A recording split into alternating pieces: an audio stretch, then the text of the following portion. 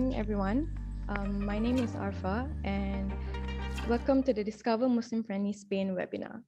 So I'm in charge of business development at Crescent Rating, and today we have something very exciting lined up for all of you today regarding tourism in Spain.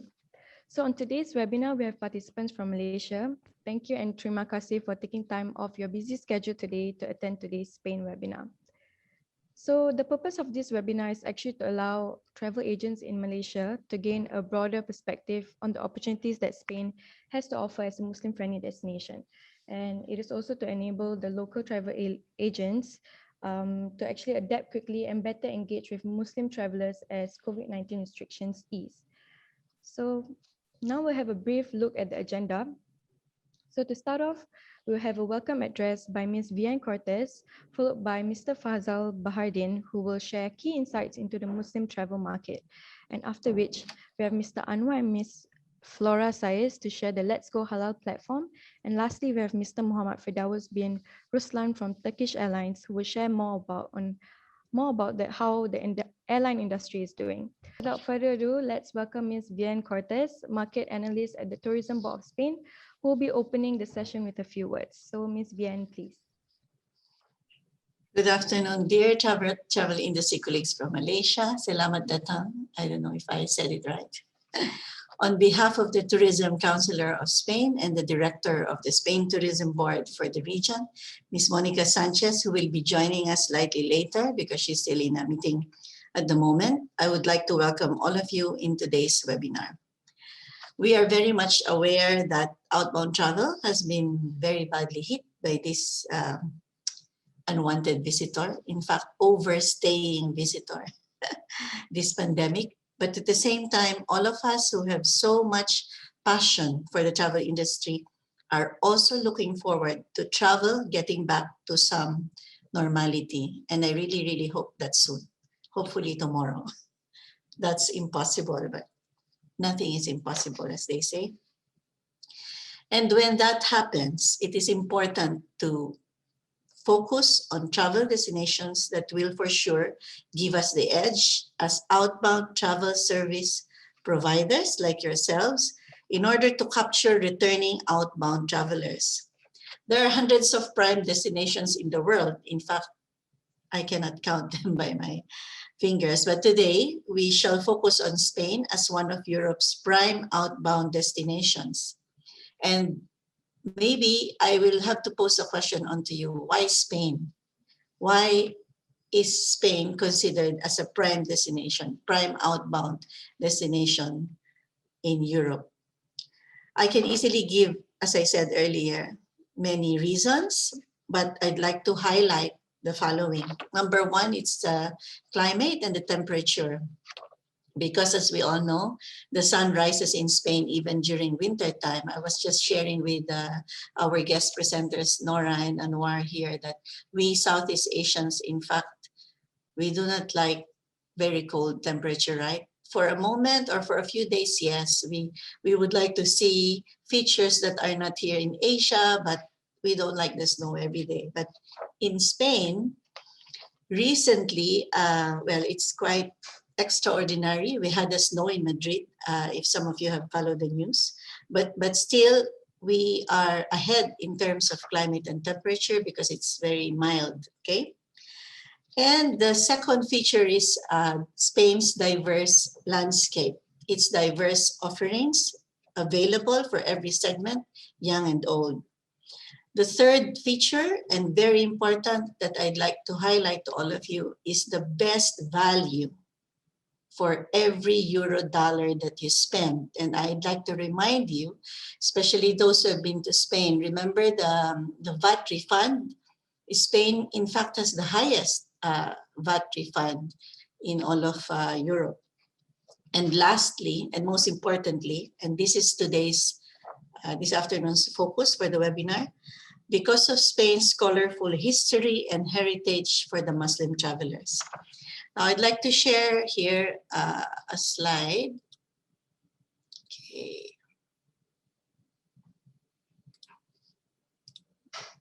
Okay, let us review the map of Spain. All of you are aware that Spain, in fact, is the third largest country in continental Europe in terms of land size after Russia and France. It is composed of 17 autonomous regions, 2 autonomous cities down here near Morocco, and 2 clusters of islands.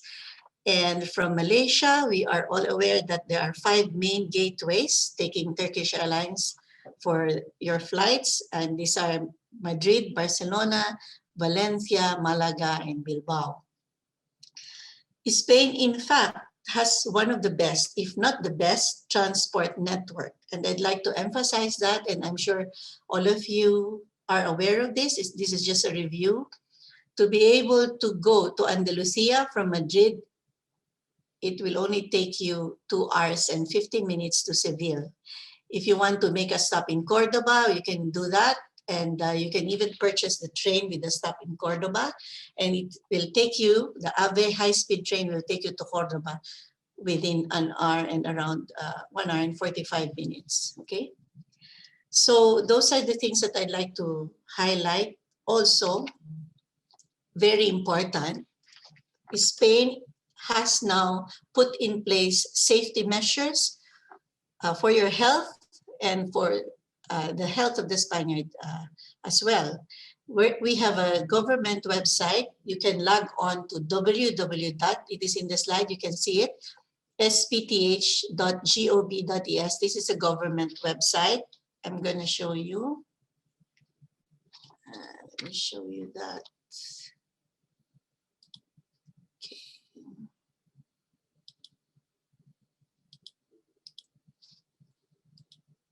This is, can you see it? Yeah, this is the website. And in fact, you have to get into the forms online, okay? You have a form for individual travelers, you have for family and group. And it's important. See it, no? You have to unshare and share that screen again. Sorry.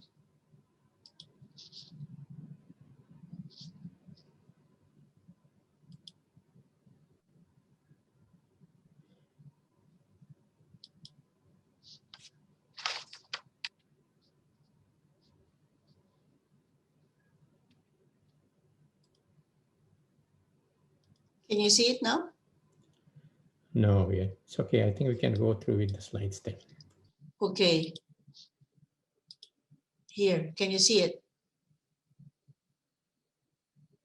I just pressed share. Yes, can. Okay, yeah. So these are the forms for individual, for family, for groups, okay? Then you will be given a QR code, and that will have to be presented to the immigration once, you know, travel is back to some normality. Now, also what I'd like to share with you is that for the Spain Tourism Board, we came up with, can you see this?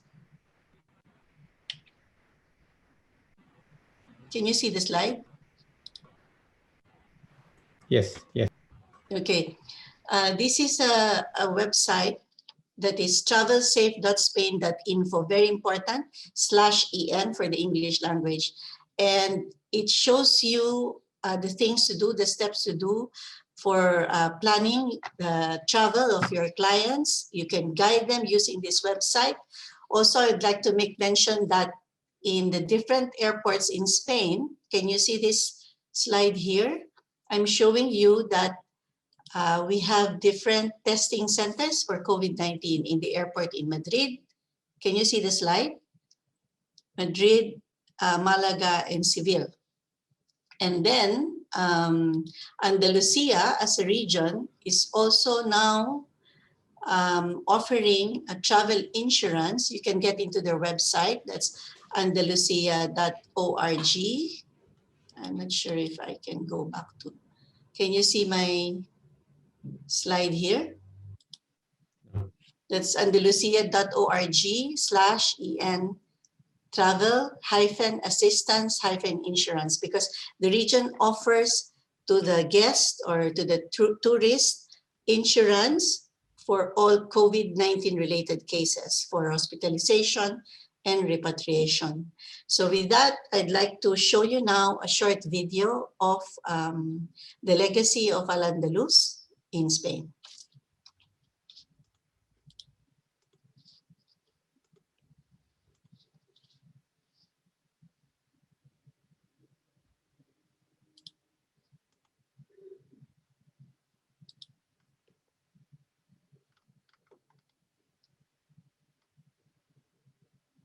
Can we put on the video now?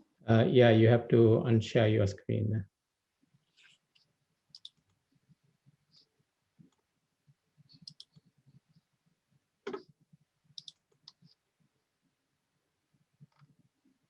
It's okay? Let us try. Not yet.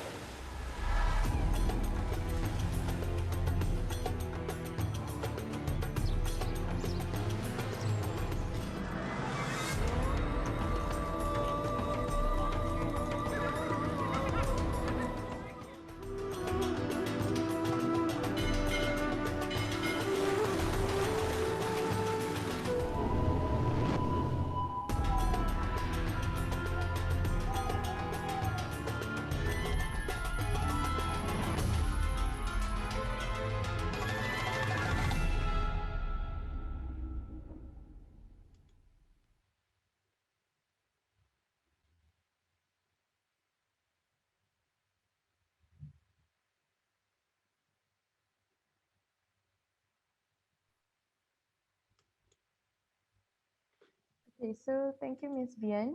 So yeah, indeed, now we are living in unprecedented times, but things will start to look better, and it actually is looking better now. And let's hope that travel to Spain would be able to resume safely with all the necessary precautions taken by the Spanish government. So now, Mr. Fazal Bahardin, CEO of Crescent Rating and Halal Trip, will share some key insights into the Muslim travel market, as well as some highlights of Spain as a Muslim-friendly destination. Mr. Fazal, please. Thank you. Thank you, Arfa. Thank you, Ian, for the introduction. The video was to get your travel appetite back as we have been all locked out. So yeah, good afternoon, everyone. Assalamu alaikum as well. So I'm going to briefly talk about a few things, three things in particular. How we see travel recovery happening. I think it's important that we understand the dynamics of it. An overview of the Muslim travel market. I'm going to briefly talk about the Muslim travel market and its relevance for, especially to Malaysia. And then why take a look at Spain so that you can be prepared when international travel reopens. So let me get started on travel recovery. So this is a report that we released the middle of last year. So we, in terms of how travel readiness will happen as we navigate the COVID crisis. In that, we identified actually 4 phases of recovery. The first one was, let me see if I can, the first one was what we call the containment phase. This was where most destinations were last year. Some places are still in that type of situation, but as we see that most destination countries are slowly getting out of this phase and then going into the second phase that we identified, which we call the recovery phase, where the services gradually start opening up. Some level of domestic travel starts to happen. To a large extent, I think most destinations are either in that phase or at least going into that phase, I think including Malaysia. The next phase that we envisage happening, and it's probably happening in some countries already, is what we call the normalization phase. This is where the COVID vaccination program starts to really be deployed, and then this will spur at least some intra-regional travel, and if that sort of continues, and if we continue to see the deployment of the vaccination programs across the world, I think that's where we hope that we'll get into which is the next phase, which is the growth phase, getting back to some level of normalcy with the growth forecast of international travel, where international travel will start to happen. So those are the 4 phases sort of we identified as we navigate through this COVID crisis. As I said, it's different countries are in different stages. I would like to assume that most of them are now in the recovery stage and slowly starting to move into the normalization phase. And most of the countries, as are now deploying vaccination, which is really from a travel point of view. I think it's a huge, let's say, light at the end of the tunnel. I think vaccination is definitely going to be the key enabler for us to go into the growth phase. How does these phases impact in terms of travel numbers itself? Or this is what we did also last year when we released the report. On the report, we simulated 3 growth recovery scenarios, as you see in this chart. We looked at we projected 3 scenarios. The most positive scenario was that travel will recover up to about 94% of the 2019 levels by the middle of 2021. Definitely, this is not going to happen as we see now. The most pessimistic scenario was that the travel recovers only to about 31% by the end of 2022. Unfortunately, that's still a possibility. That pessimistic scenario is a possibility. But we also plotted the most plausible scenario, that was that by the middle of 2022, travel will recover up to 71% of the 2019 levels. This still looks a possibility, although it is also possible that it will be somewhere in between this pessimistic scenario and the plausible scenario. And I think all that heavily dependent on number of factors, most importantly being the rollout of the vaccination across the world. It's not about having vaccination in one country, for us to open up really travel sector. It has to be implemented across the world. So that's why I think, given all these things, we are beginning to see some light at the end of the tunnel, and that's why we think that it's good time to start to prepare for travel reopening. And Muslim travel market is definitely a segment to look at post-COVID travel. If you have looked at some of our reports during the last few years, we have been focusing on the Muslim market and seeing how it grows. Muslim market has been on a continuous growth path in the last 20 years. In 2018, we estimated there were 140 million Muslim international trips. Of course, we projected that 2020 there'll be 160 million Muslim travelers. That is definitely not didn't happen, of course, as we all know. Having said that, we had also projected that by 2026, the market will grow to about 230 million. Will that numbers still hold true. We are still looking at some of the scenarios. I think it's a bit early to project those numbers. We are going to release our new Global Muslim Travel Index report by the middle of this year, and then we will also look at the projections for the future. I think it's important to note that irrespective of what the growth trajectory will be going forward post-COVID, Muslim market will still play a very, very key role. Number of factors are there to predict that. I mean, population itself is a huge enabler. So whatever the growth path is, I mean, we still don't know what the growth path is going to be. Whatever the growth path is, Muslim market is going to play a very important role. So what were the top outbound markets in 2019? I'm going back to the 2019 report. So if you see the top outbound markets, the 20 top outbound markets of OIC countries, these are Muslim majority countries mainly. And of course, Malaysia is one of the top outbound markets when it comes to the Muslim outbound market. And there are also the top non-OIC outbound markets. So that's from the outbound market. So Malaysia, as we're talking about Malaysia is one of the top Muslim outbound markets. If you look at the report that we published in 2019, when it comes to inbound markets, these are the top 10 Muslim inbound markets from OIC destinations and non-OIC destinations. Of course, Malaysia is also a top inbound market. But I think what you need to note here is also Spain. Spain has been, especially the last few years, has become increasingly popular among the Muslim travelers for a number of. I mean, Spain is of course, we all know is a tourist destination, but especially among the Muslims, it is becoming more and more popular. I mean, one of the main reasons, of course, is the awareness of its Muslim heritage.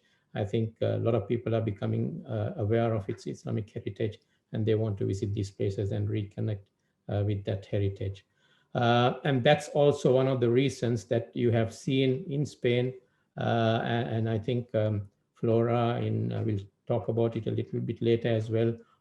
You can see more and more Muslim-friendly services now coming up in the major cities of Spain, and that is also reflected in the Global Muslim Travel Index ranking that we do every year. Of course, we did not release the report in 2020 because of the COVID situation.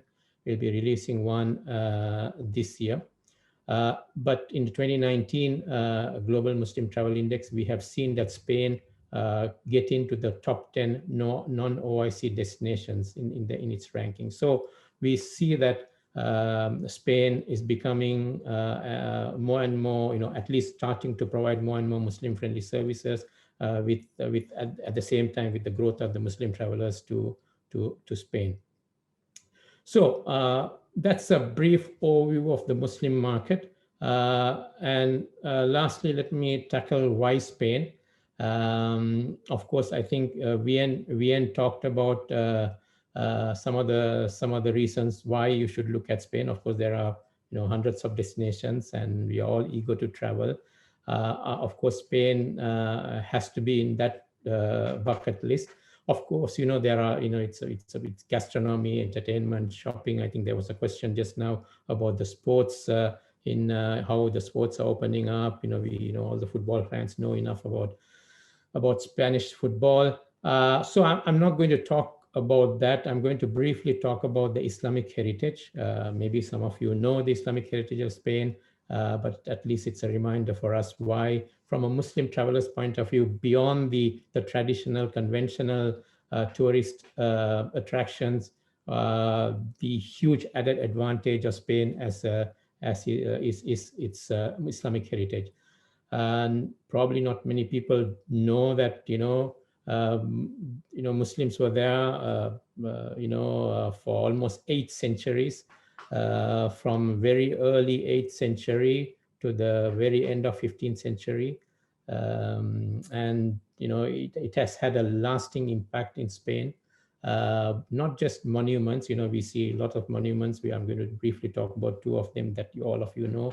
But it has left lasting impacts on the language, in cities, in gastronomy, in music. I mean, it's 8 centuries of Islamic influence not only influenced Spain, but it also influenced rest of Europe. Of course, all of you are aware of this place. I think maybe you travel agents must have visited that. Cordoba, its Arabic name actually is Kurtuba, came under the Muslim rule in the 8th century. It was, in fact, the capital of one of the dynasties of the Muslim rule there. In the 10th and 11th centuries, it was one of the most advanced cities in the world. It was the, well, you might say the London, Paris of the Islamic world of the 10th, 11th century. It was one of the premier learning centers. I'm going to talk a little bit about that later. Of far exceeding anywhere else in Europe. Just look at the number of libraries. In the 10th, 11th century, it had more than 7 public libraries, and there were plenty of personal libraries. There were hundreds and thousands of book collections in Cordoba at that time. Even now, and because of that heritage, it has more World Heritage sites than anywhere in the world.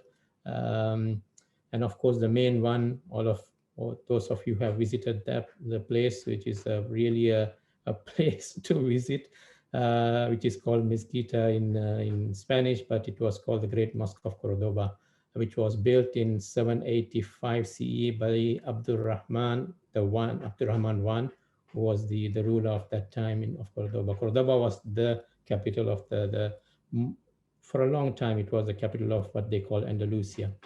So that's Cordoba, of course, has Muslims left a huge impact on the city of Cordoba. Of the next city that we all probably visit, those of you who have gone to Spain from a Muslim point of view, is Granada. The Arabic name is actually Granata. Also came under the Muslim rule in the 8th century. This was the last sort of city-state, which was a Muslim city-state in Spain until 1491. Alhambra, the palace was built in the 13th century by Muhammad bin al-Ahmar, and it's once again another sight to behold. I think these two things probably many of us know, and it has huge historical relevance for the Muslim history. And that's why Muslims are so interested in going and seeing this. But apart from other things, there are many other Islamic heritage sites as well. A lot of people also are not aware that there are many Muslims, very well-known Muslim scholars and scientists who actually who were born in Andalusia. Ibn Hazm, those of you probably who know Islamic scholarship, Ibn Hazm is a very well-known scholar in Islam, born in Cordoba. Ibn Rushd, a very well-known philosopher known as Averroes, born in Cordoba. Ibn al-Arabi, born in Murcia, just next to Cordoba.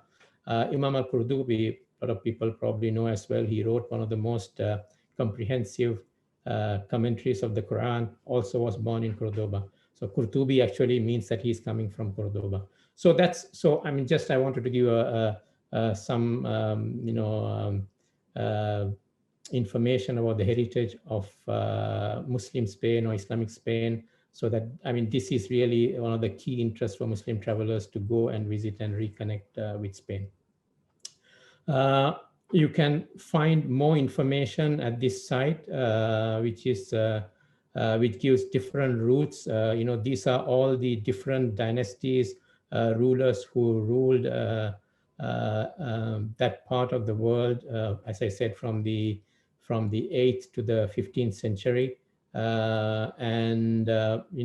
This website gives different routes that you can take to discover the heritage left by these dynasties and these rulers. Of course, the route of the Caliphate is called from Cordoba to Granada, which I think is about 200 kilometers or something like that. So this is a brief overview of Islamic Spain, as sometimes they are called. As I said, Cordoba. It's also called 10th and 11th century is called the Golden Age of Andalusia. Also, it coincides with what they call the Islamic Golden Age as well. So a lot of history, a lot of heritage, and Muslims are looking to reconnect with this region. One last thing, so Flora is going to talk a little bit more about exact information where you can get from which site and what kind of information you can get. I just want to end with some information that you can also find on Halal Trip. We have a lot of information of different cities, also in Bahasa Melayu as well. So that was a brief overview of how travel is our view of how travel is going to recover. Muslim market is still going to play a very key role as we go towards the next phase of travel. And look at Spain, it has a lot of history that interests Muslims. Thank you very much. Back to you, Arfa. Okay, so thank you, Mr. Fazal, for sharing about the details of the Muslim travel market as well as attractions and highlights in Spain. So as far as we can see, so far, we can see that Spain is actually a really beautiful country with very rich Islamic history. Okay, so for now, we have Mr. Anwar and Ms. Flora Saez, founders and managing director of Let's Go Halal, who are all the way here, or who are here all the way from Spain. So thank you so much for waking up so early to be a panelist at this webinar. We really appreciate it. So Ms. Flora will be going through the platform called Let's Go Halal, where Muslim travelers and tour agents can get information about halal services as well as facilities in Spain. So Ms. Flora, the time is yours now.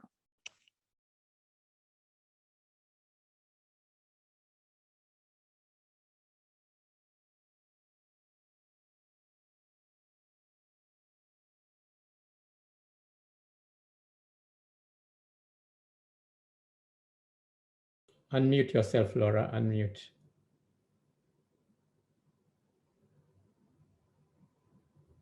You're muted. My name is Anwar Okay, Ibn Al-Fatih.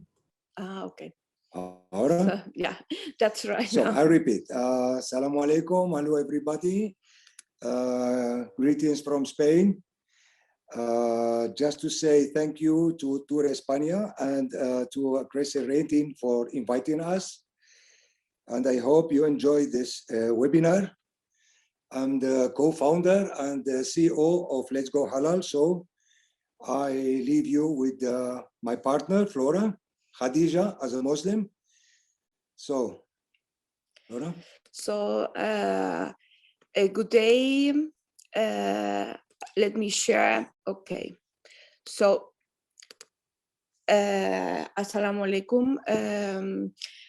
Greetings from Spain to everybody. I'm very happy to have the opportunity to share with you what is Let's Go Halal.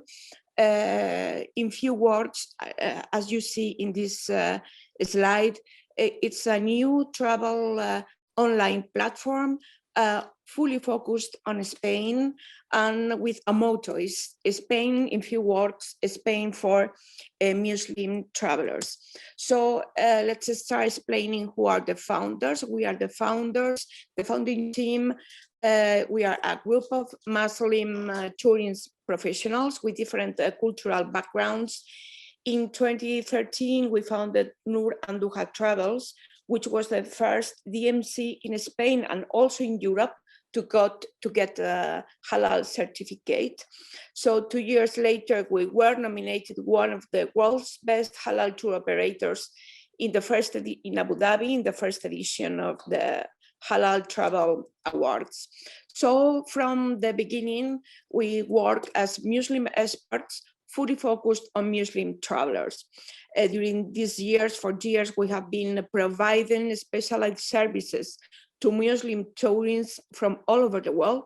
But very important, the two mainly markets, inbound markets we work are Malaysia and Indonesia.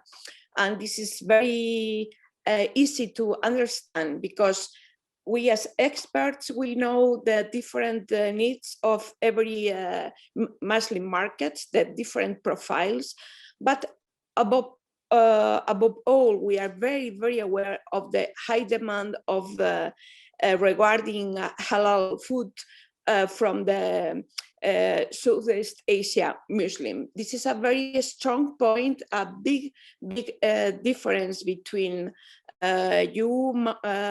Muslims from Malaysia, Indonesia, and other Muslim markets. That is the very high demand regarding especially halal food and other Muslim-friendly services. And then as experts, Malaysia and Indonesia have been in our main focus. So we have assisted for these years, many groups, FITs, leisure and incentive travelers, Umbrella Plus programs, VIP, and for example, yes. For example, Siti Nurhaliza and Dato K, or Mr. Muhammad Azmin, a Malaysian economy minister, for example. So it's we will very proud to attend this, welcome these travelers. So why we decide from Nur and Duha to found Let's Go Halal? That we are working this at the moment, because for us as Muslims, we are proud to share. We have lots of information, and we are proud to share with Muslims from all over the world this country that we think that, as Mr. Fasal and also Ms. Vian explained, we think is really a unique destination for Muslim travelers. For almost 8 years, Islam lived here in Al-Andalus, one golden age, and you can see now this in a wonderful Islamic legacy in monuments, also monuments like Alhambra or Great Mosque of Cordoba. But it's for us is most important, even that is a living legacy you can find in the languages, in the city's layout, gastronomy. So for us, Spain offers an unbeatable mix. It's a breathtaking Islamic legacy, plus the charm and glamour of Europe, plus the service and the know-how of world tourist power. You will find there really a wide range of halal and Muslim-friendly services. Of course, above all in Andalusia, but also in Madrid, Barcelona, or Valencia, these Muslim halal and Muslim-friendly services are even much broader than it's usually assumed or supposed to be. Most of them are of, for example, the restaurants. That is very, I want to highlight that most of the owners are Muslims, and you will find most of these restaurants with are not certificate. I will explain this later, but you will find the products are of 100% guaranteed with warranty, because they are from Muslim owners with Muslim staff and Muslim menus. So in Let's Go Halal, you will find it's an online platform. We want to share this knowledge with everything and offers everything that Spain has to offer to the Muslim travelers and to the Muslim markets. First of all, inspiration and useful information about the destination. You will find there 20, at the moment, 20 destinations, only Spain. All the monuments, highlights, essential experiences, of course, as just mentioned, halal restaurants, Muslim-friendly accommodations, the bed shopping, activities for families. So wide range of products catered to the needs of Muslim guests.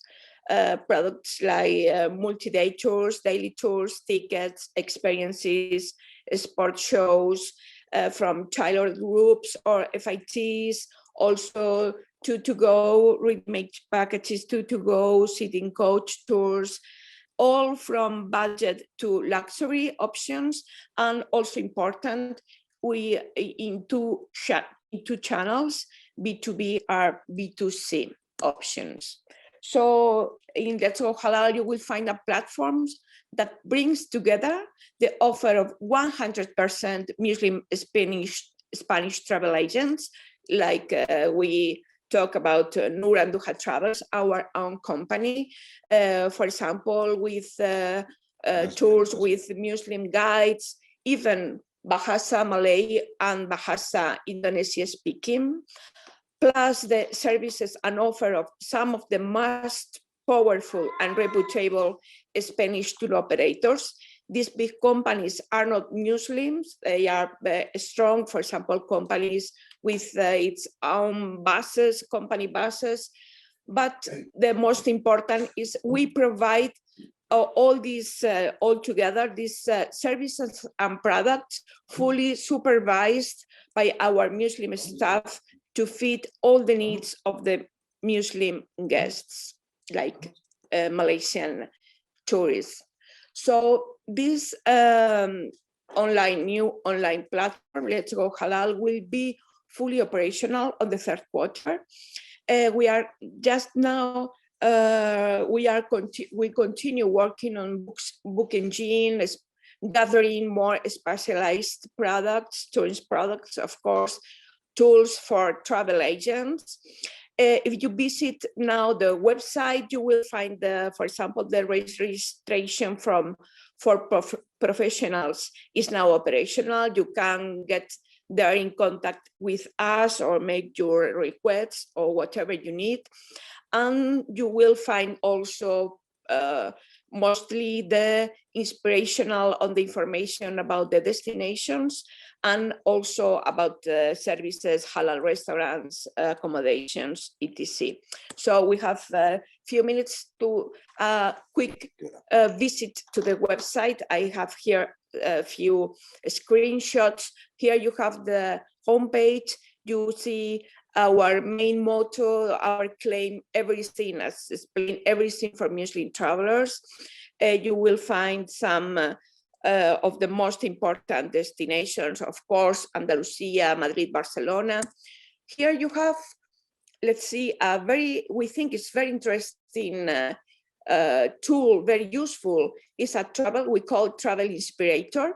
You have here you can select the interest of your customers, of yourself, your interest in the country. For example, we have here highlight Islamic heritage, shopping and snow, for example. You have more of other kind of monuments, amusement park, sports, etc. So you can highlight or click on your interest, and then the inspirator will bring you to the destination where you will find all these interests together. Here you see also some of the our official partners, the official regional tourism board that support this platform, and also big companies as Corte Inglés, or of course Turkish Airlines. So I will share now with you, I would like to share how we organize the contents, for example, around the destination. Here we have Cordoba. So in a simple way, in the same slide, in the same screen, we will find all that Cordoba offers to you or your customers. Here you can see from the monuments, the top visits. Okay, so this is a screenshot. If you can put on view more and will be displayed all the visits. You will find also experiences, of course, halal restaurants, of course, accommodations, things to do with kids, other practical information, useful information. And let me show you it's an important section on this website about restaurants, which is a hot point, very useful information. We have at the moment here around 200 or more than 200 restaurants list in the list with, as I explained to you, most of them are from Muslim owners, Muslim staff, and of course, Muslim products buy from Muslim providers. We have here in Spain several institutions, but one of the most important Instituto Halal, Halal Institute of Spain, that is a very important, is the main entity who provide unguaranteed halal services in Spain, most for to export to other markets. And for example, this entity has the recognize of Jakim or your Muy. mui in Malaysia, so it's or in Indonesia, in Singapore, they have the all recognized, world recognized. So you in this section about restaurants, you will find several options: full halal meals, certified kitchen, restaurants with some halal options, with no alcohol, different types of food, or even you can select searching for the term certain services, for example, takeaway, delivery, with terrace, catering, etc. So this is I invite you to visit Let's Go Halal. Most important, in few weeks, in few months, in the third quarter, will be fully operational with the. We are working now mainly on the commercial, the products, tourist products. So you will be, we think it will be useful to you and to serve to our main goal, that is to serve and to be useful to the Muslim travelers from Malaysia and the world. So terima kasih, thank you, and if you have some question, it will be a pleasure to share with you. So thank you. Okay, so thank you, Ms. Flora and Mr. Anwar, for the very informative walkthrough on the services on your website, as well as the history and a bit of the legacy of Spain. So I'm sure everyone here is, looking forward to contacting your team about your platform, and we wish you all the best for the complete launch of your platform in the third quarter. Okay, so now I'll be passing on the time to Mr. Muhammad Firdaus bin Roslan, who is a sales and marketing representative at Turkish Airlines, where he will share some key insights and updates in the airline sector now. So, Mr. Firdaus, please. All right, thank you, Alpha.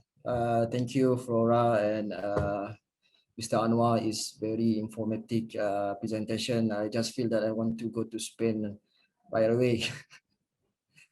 Thank you for overwhelming response. It's good to see a familiar name still survive despite the pandemic. The travel industry has been hibernate for more than a year since pandemic hit us. Thank you, Spain Tourism Board and Crimson Link, for today's webinar. This is really show that they well prepared and ready to welcome us after this pandemic is over. Without further delay, let me continue with my presentation.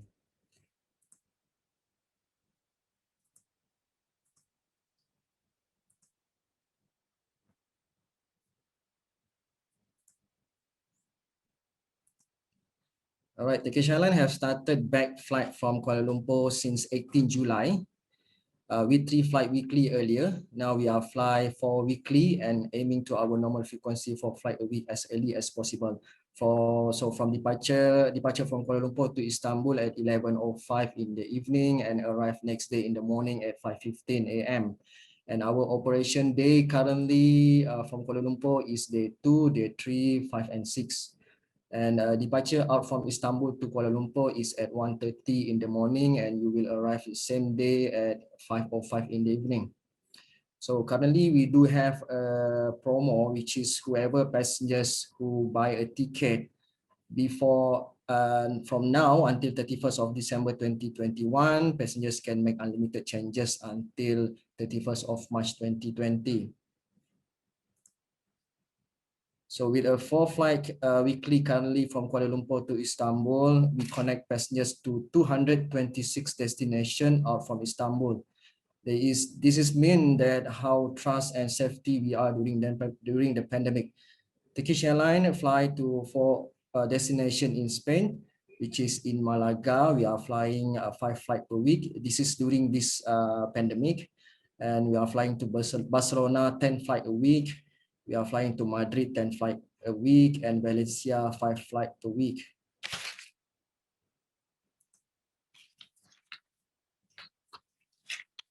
Okay, we have been awarded the diamond status, this is the highest status by Apex Health Safety for our effort in ensuring the highest standards of cleanliness and sanitization.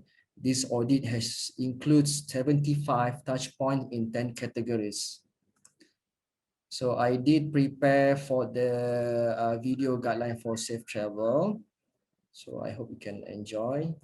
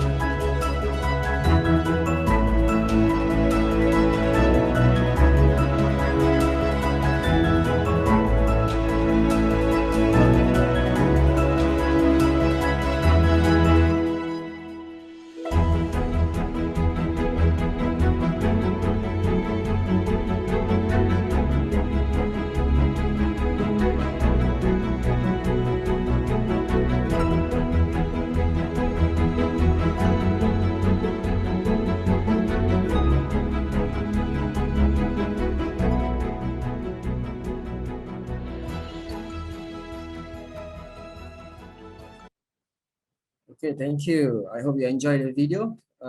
Even though this is a long video, about more than 2 minutes, but this is a complete video to show how guidelines that made by Turkish Airlines from the beginning, you out from your home until you disembark the aircraft.